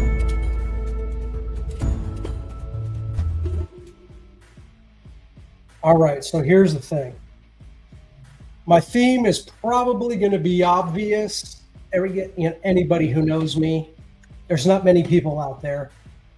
We'll probably pick up on this theme pretty quick, maybe book 2, 3 at the most.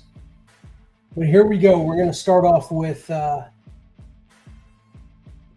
Crypt of Shadows 10. Ooh. Yeah. That's a great cover. Come on, with the purple. I mean, this is pre-Skeletor, people. I love the green skull, and I love the position of everything. Oh yeah, I mean, come on, they're all over the place. We can't get enough of them. And this old art, I'm a huge fan. Come on. No, it's classic. It's classic. This one, not as colorful, but still great. Weird Mystery Tales #6. Ooh, but see, this is great because it's got everything. A haunting vision of death, the freaking spooky ass castle or mansion in the background under moonlight. Only the tree, and I think that's a squirrel, and the kids are in color. Come on, little Fido down here barking at death. The dog. It's the dog. Oh, okay. Yeah, come on. I mean, the colors really work on this. Helps tell the creepy story there.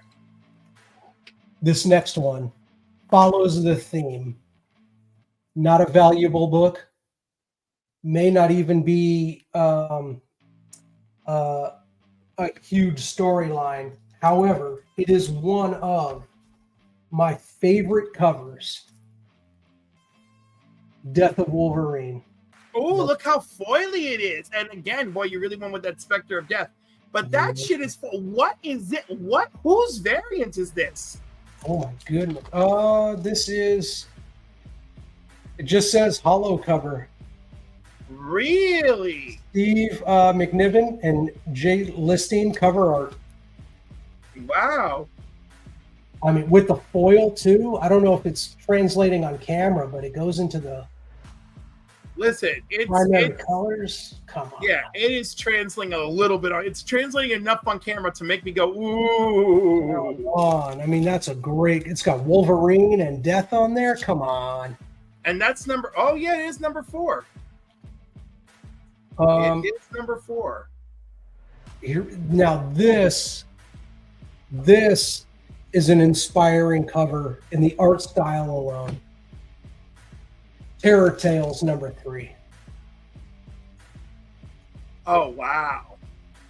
1952. Do you see how much there's a lot going on in this cover, but it's bringing something to the cover with all of this, Yep. And this cover actually looks frightening. Yeah.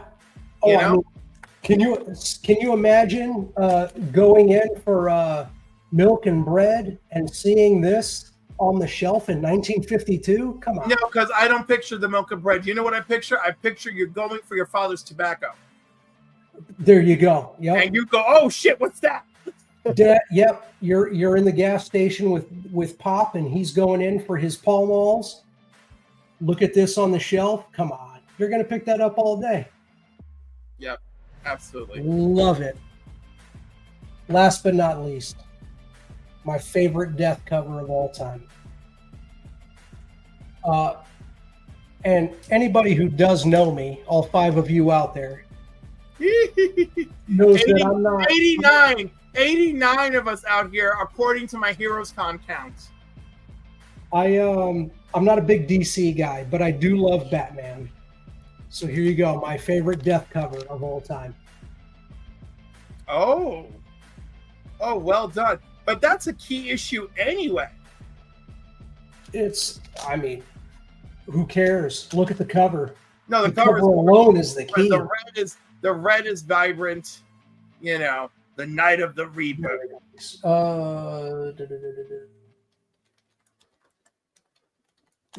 Not a big key. Not a big key, but it's still a key. We're not talking about keys. We're not talking about value. And we're not talking. Well, hey, I didn't say we're talking about keys. I just wanted to say it's a fabulous cover, but it has other meanings as well. Yeah, I mean, Neil Adams, gotta love the guy. It's a great freaking book, you know. Yo, there's the 5. Oh, dang. Okay, so all right. It's a story key. I love that. I love it. Hey, look, Boggs made it in. But it's very cool. So, yeah, it's really funny that one of the things that makes it key is the whole story manifestation and how it's like in the letters column of the book. See, that's I hope you get. Do you have a loose copy? You need a loose copy. No, unfortunately, I don't. We gotta get you a loose copy because that's exactly the kind of book where you're like, this shit is dope. I love it. But also, you see this? Yeah, I gotta read it. I gotta read it. There's a Superman issue that I had as a kid forever, and I got it for a quarter. And years later, I would realize that damn comic book is the one with Todd McFarlane's letter in the back. Ooh. Which issue is that? I can't remember off the top. I wish I could remember off the top of my head. I know it's Superman and a lizard doing the lizard transformation to like hide himself as a lizard people. Now I gotta go hunt this book down. Yeah, I know. I gotta watch all those movies. It's Superman 366. That's it is on the list. Superman 366.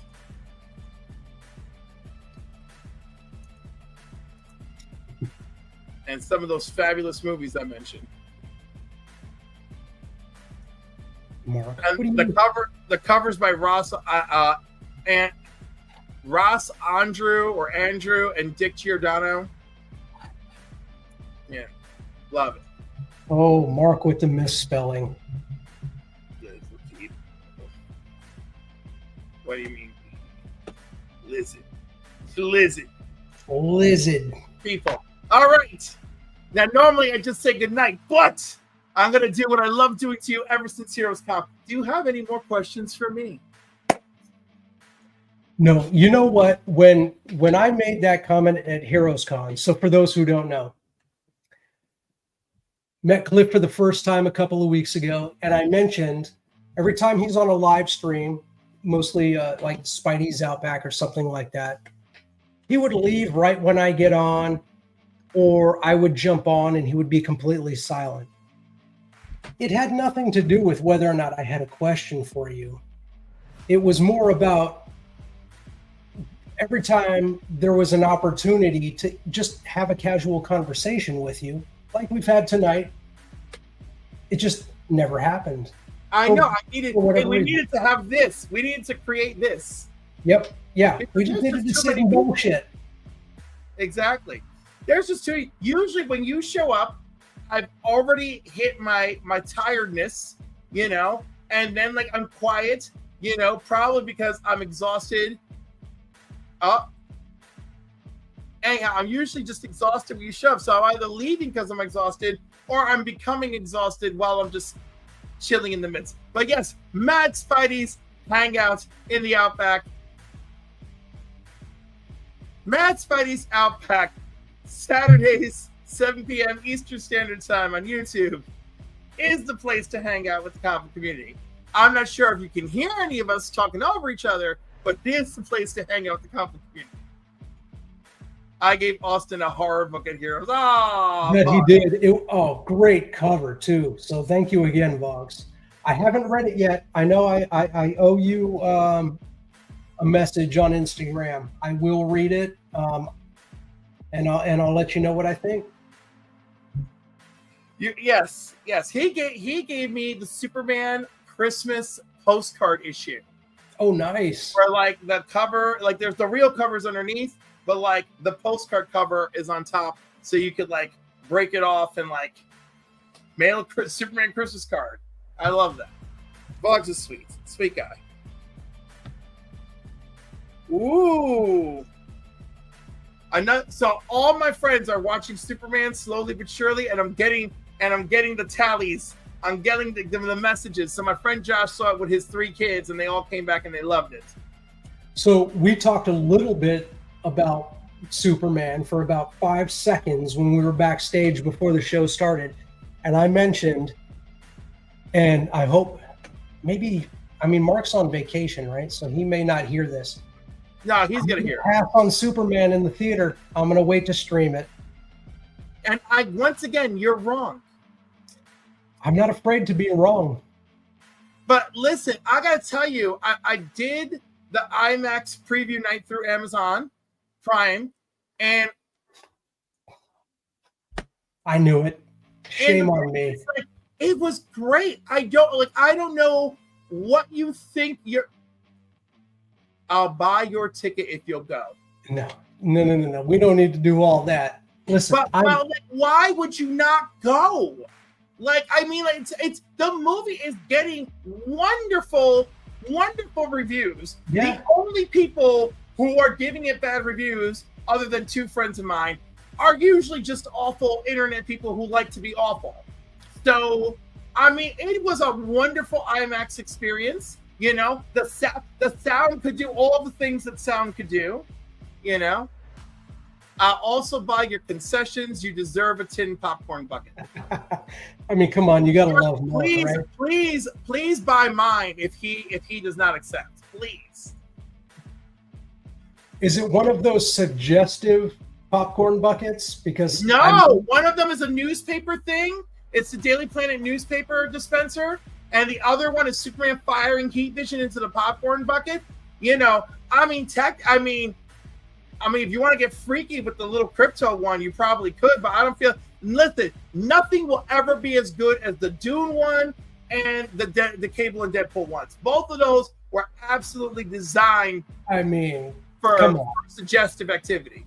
The Dune one was that was almost copyright infringement. The Dune one was phenomenal. Yeah. Phenomenal. And I gotta say, shout out to the Dune popcorn bucket. I love all of the OnlyFans content that was created with it. All of it. It made 2 exciting straight weeks for me. I'm with you, Austin. I don't get to the cinemas as much as I like to.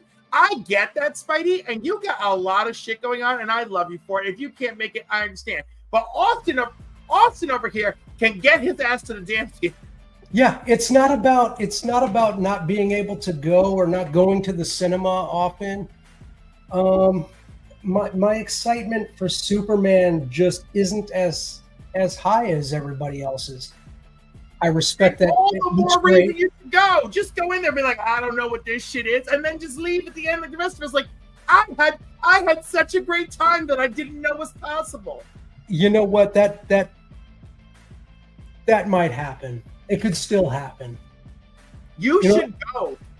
Listen, you know how I don't want to get crazy with my love of this movie, but this movie is, oh my God, my fucking brains.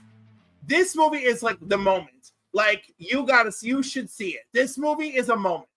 It's not the absolute moment. It's not the only moment we're gonna have. It's a moment like this ever, but it's the first time in a long time of superhero movies, Endgame, that we've had a moment like this. And I feel like this is the moment. And I feel like everyone should be enjoying it. Everyone should be enjoying the moment. You know? Yep. You know, I'm glad to hear that everybody is loving this movie. In all honesty, the only negative reviews I've heard about this movie have been complete bullshit clickbait negative reviews for no reason at all.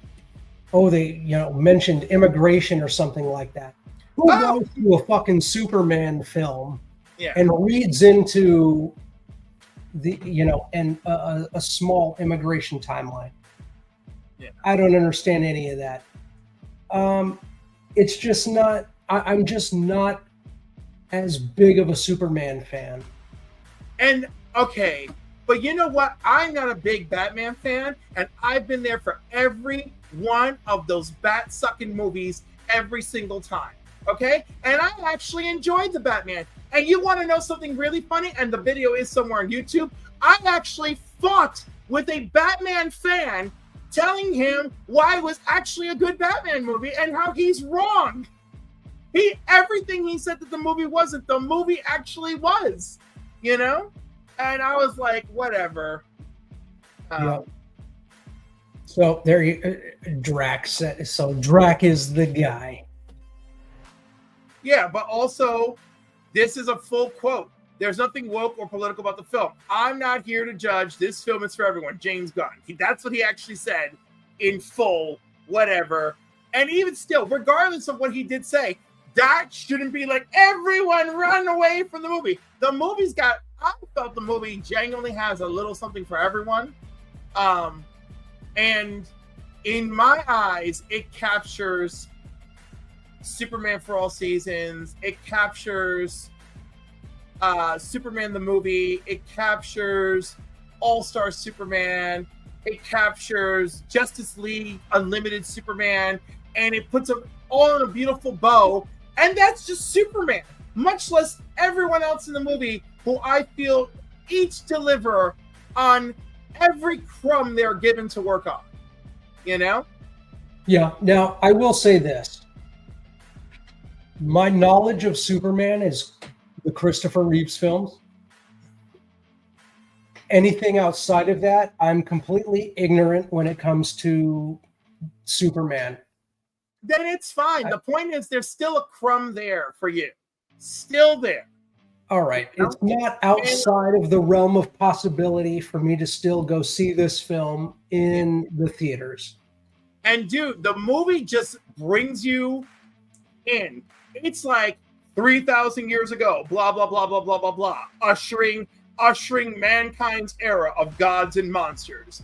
And then, bloop, bloop, bloop, 30 years ago, Kansas, bloop, bloop, bloop, 3 months ago, 3 weeks ago, 3 hours ago, 3 minutes ago, and then boom, Superman, you know? And like, that's as much as I'm going to spoil from the beginning.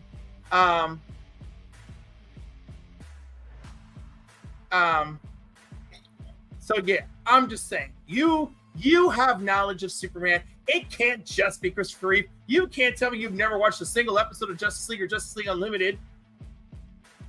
Never. You know what? For the love of God, you use that fucking Tubi and you watch those goddamn horror movies and you watch some fucking Justice League. Cliff, this is your fault. You didn't do a background check on me before you invited me on. Oh, please, this happens every time I invite someone here. But also for someone who loves Batman, the fact that you have not watched Justice League and Justice League Unlimited with all the fucking Batman content in there, it's a crime against yourself. It's a crime. You're committing a hate crime against you. I want you to know. Okay. Now I recognize your feelings. We'll see. We'll see. That's it. Just go see the goddamn movie. I don't know why people don't want to see this movie. I'm just like, there's so many movies that people go to the movies to see because, like, whatever. And, like, this is a movie worth going to see. But also, I'm tipsy and I'm very passionate about Superman. But I thought the movie was fucking great. And everyone in my theater thought it was great. And Anachronic Comics Joe was in that theater and he loved it too. All right. And that's fantastic. And you know what I did hear, though, to its credit, and a number of people throughout the community have said this, when they went to go see Superman, people clapped before the movie started and when the movie ended. And I've never experienced that in a movie before. So, hey, I'm open-minded. I might go check it out. And actually, there's a very specific moment at the beginning. It's not the beginning. It's a very specific moment of the beginning where everybody claps. Because I really feel that when this little moment happens, it's that moment where people get invested, right? But is it a moment where it relates to a deep cut in the comic storyline or something that I just won't relate with? No, it's a moment. It's the moment where Superman. There's a few things that happen right in the beginning, and then Superman's like, "I got to get back to being Superman." And that moment where he's like, "I got to get back to being Superman," right, is that moment where everybody has that fucking clap, you know? Okay. And okay, there you go. To Mark's point, if it happens, it'll be Sunday. I'll go see it Sunday. Please do, because that's going to be my second viewing. But there's that, and then at the end of the movie, yes, there was applause. And then, of course, I always got my friends who complain about that. Literally the same friends who I hear yelling at sports games on the television, okay? Or similar friends, right? Mm-hmm. And they're like, why are we clapping in the theater? They can't hear you. And I said, because joy deserves fucking sound. Okay? Yep, that's fair it. enough, absolutely. So I will never say that this is the perfect movie, or a perfect movie. I might dare to say it is a perfect Superman movie. I might dare. I got to see it a second time to digest and process some more, you know? But I mean, I loved it. And there are people in that theater who had nothing to do with Superman. One section sitting in the theater with me was 20 Catholic young people. They were from a Catholic group called Ignite, which is like 18 to 34, right? And 20 of them decided to come see this movie because, you know, the tickets were like whatever, right? They were definitely undervalued, right? But anyhow, like that whole group, I talked to them a little bit outside while I was waiting for Joe to show up, and they're like, "Oh yeah, so and so organized this, and we all came. It was really great." And like, they didn't come there because they're Superman fans, and they loved it. And I was just like, it warmed my heart. Heart. I don't go to the movies to see a perfect movie. There's no perfect movie. I just want to be entertained. And from what I've heard from the comic book community, this movie is quite entertaining. So yeah, I'm open-minded. I may have to check it out this weekend. Well, I'm not going to continue to browbeat you. What I am going to do is, Jamie, why don't you invite me? Where's my goddamn ticket to LA? Where is my ticket for a fat man to LA? Actually, I'm actually very much terrified of flying right now, but I am so tempted. Top Gun Maverick is a perfect movie, and you owe Tom an apology. Fuck Tom, and it's a great movie. That's all I'm giving you. I don't know. A perfect movie? I mean, listen, I've known Mark for a long time, and I love the guy, but sometimes he's quite out of line. Good movie, yes. Perfect, nah. No. Do you know he was going to be in that Formula One movie with Brad Pitt? And when Brad Pitt said, "No, you're not going to actually drive any of the cars," he's like, "Yeah, I'm out." Yeah. And then I also saw Tom Cruise kind of ambush him at the premiere somewhere. Yep. I think that's fucking hilarious, honestly. It's beautiful to me. Tom Cruise is a character, and I love him for it. But whatever. By the way, you want to talk about something imperfect about Top Gun Maverick? Who is the enemy in that film? They couldn't name the enemy. They never named the enemy in that film. We have no idea who the enemy in the film is. Who are they going to call out? Russia? Fuck no, they're not going to do that. Not they could have made up a country. You know? Like we made it. Come on, Stanley made up Latveria, and that shit sounds real. You know? Yeah. Also, like, But I will say this: in the first Top Gun, were they or were they not Russian MiGs? Yeah. That were engaged at the end. They were. You know? Why couldn't they do it again? I was gonna say, because the Russian market is more important to us at all. So, one time they named Iran. I don't know, Mark. You can't sell me on it. I'm sorry. Well, you know what? Mark's greatest talent is just riling people up, isn't it? It is. But whatever. You know what, Mark? Just remember, I still love that movie. y'all didn't pay attention. You love to talk about people not paying attention. It's fine, Mark. We can't all have the psychotic mind that you do with the magical attention to detail. This is why you're so goddamn good with animals, because like you just remember everything about them. Fifi, the French blue poodle comes in, and you just remember everything about her, and you just sit magic, like you just fucking, you put the little tether on, and like fucking magic, you just work your magical fucking hands and just transform her, into her. You know what Mark's problem is? He's almost always right. Yeah, almost is a keyword. Almost.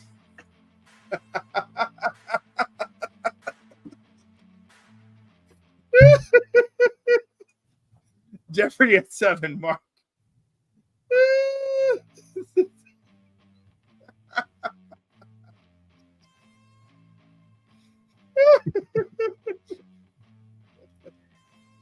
Oh my God. All right. Well, we've almost hit that 2-hour mark. It's lovely. Thank you, everyone who joined us tonight. Austin, especially thank you. It's so nice we had a real conversation and you enjoyed the cocktail. I'm very happy with that. And I might have convinced you to see Superman on Sunday. That will be my proudest achievement. We'll know on Monday. I would like to know Sunday at 8:30 p.m. Eastern Standard Time when I appear on Legion of Comics to talk about Superman the movie. That is exactly what I would like to know, Austin. Well, that's only 5:30 my time, so you could still be watching the movie. Could you at least tweet us? Could you not tweet us? What the fuck am I saying? Could you at least DM us to let us know? Let us know that you're sitting in the fucking theater. No. I think that it's in my best interest that if I see this movie on Sunday, I keep it to myself. Until Monday. At least until Monday. All right. I may or may not reveal whether I've seen it through one of our back alley chats somewhere on Instagram. Ooh, an Instagram back alley chat. God, I remember, God, 1998 was so amazing. Back alley chats were just fantastic. I missed the feeling. Anyhow. Keep it together, we're almost done. All right. It was lovely. Thank you, folks. Hopefully I'll be in Canada next weekend. Let's see what the fuck happens when I'm there. And, maybe I will be. Maybe next weekend you'll see me live having cocktails with 2 Canadian YouTubers. You don't know, and I don't either. All right. Canadian, keep your eyes open for those Cliff buttons. Right? Well, those 2 still work. All right. Thank you, folks. Everyone have a great night. Love y'all. Till next time. Take care. And as Christina Payne says, spread the love.